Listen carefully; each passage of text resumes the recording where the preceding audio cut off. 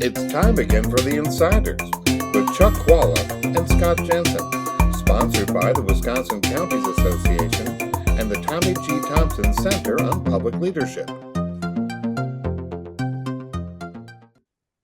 Hi, I'm Scott Jensen, former Assembly Speaker. And I'm Chuck Chvala, former Senate Majority Leader.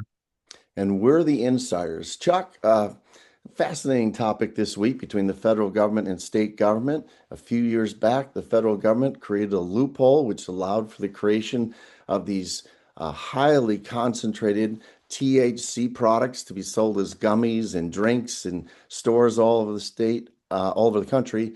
No age limits. Everyone suddenly has been saying for years this is a huge problem. And so the federal government, in the continuing resolution to keep the government open, decides we're now going to create a ban on this. Yet states have been working to try to come up with sensible regulatory schemes for handling this. So what's going to happen with a federal ban and state laws that are in conflict with each other? Well, of course, we're the insiders, so we know the answers to all of these questions. And I want you to know that the answer to this question is as clear as mud. I've heard stories about three different entities, the industry itself, a governmental entity, and yet another entity at the national level having memos all contradicting each other. There is a ledge council memo already from the state of Wisconsin. And it's very unclear here what might happen. So let me give you some scenarios. I think the bottom line scenario, I think it's entirely possible that other than maybe some very modest bill, and by the way, there's a bill that's so popular that the Democrats introduced it here in Wisconsin, and it was so good that the Republicans stole it, and now they've introduced it. And it's a very, as they call it, a skinny bill, which sets age limits and maybe some other limits that will take away some of the abuses that Scott's referenced here. To make sure that this is going. And by the way, when this initially happened, again, it was something snuck in by Mitch McConnell to benefit some Kentucky hemp farmers, he thought, I think.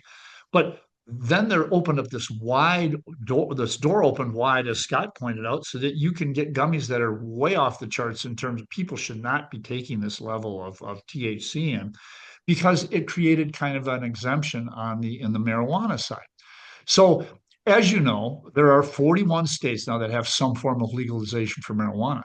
Why is Wisconsin really concerned about this? Because we're one of the few states that doesn't have any kind of legalization.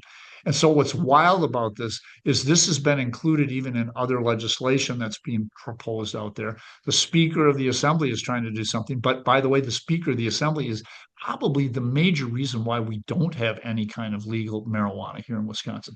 So this is if you're wondering why am I scattershot all over the place, it's because we really don't know.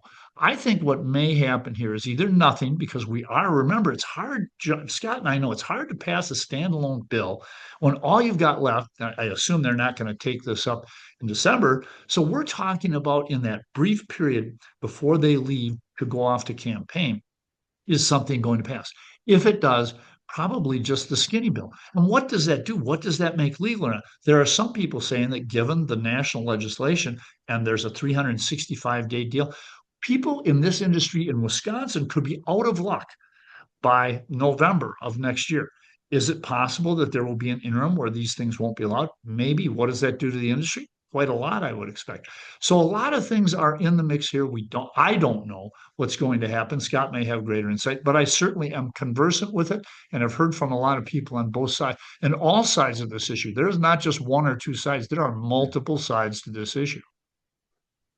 Well, I mean, I think in general, what the federal government has done over the last couple of decades is to just, even though they think marijuana is illegal, and some states have said, no, it's legal here, or it's legal in medical marijuana form.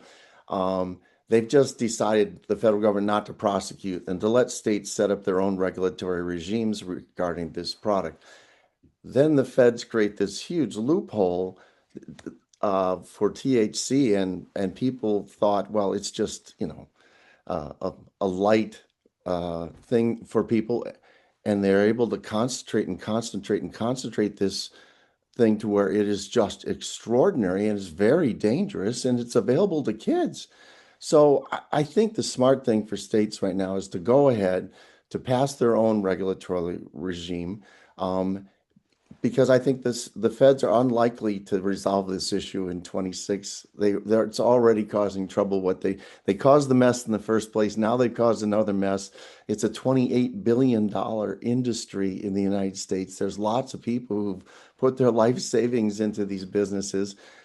I don't like the product. I don't like what's happening to young kids who are taking this and all the people who are showing up in emergency rooms with problems.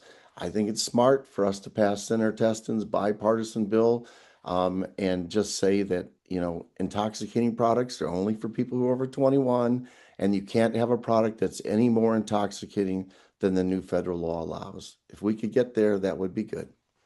That is the bill I referenced, the skinny bill, which was actually introduced by Democrats. I think Representative, since we're naming names, I think Representative Heisel, maybe from Sun Prairie, introduced it. But whatever, if it's got bipartisan support, maybe that will be it. But by the way, just so you know, even though Senator Teston has introduced that bill, there are a lot of people in the Republican caucus who want something much more substantial. Something more is going to have to be done than that, but it may wait for the next session. But this is one area, it is as clear as mud, folks, and we'll see what happens. It will be interesting to watch. We may end up addressing this topic before we're done with the spring session of the legislature once more. See you next time. You've been listening to The Insider with Chuck Chvala and Scott Jensen, sponsored by the Wisconsin Counties Association and the Tommy G. Thompson Center on Public Leadership.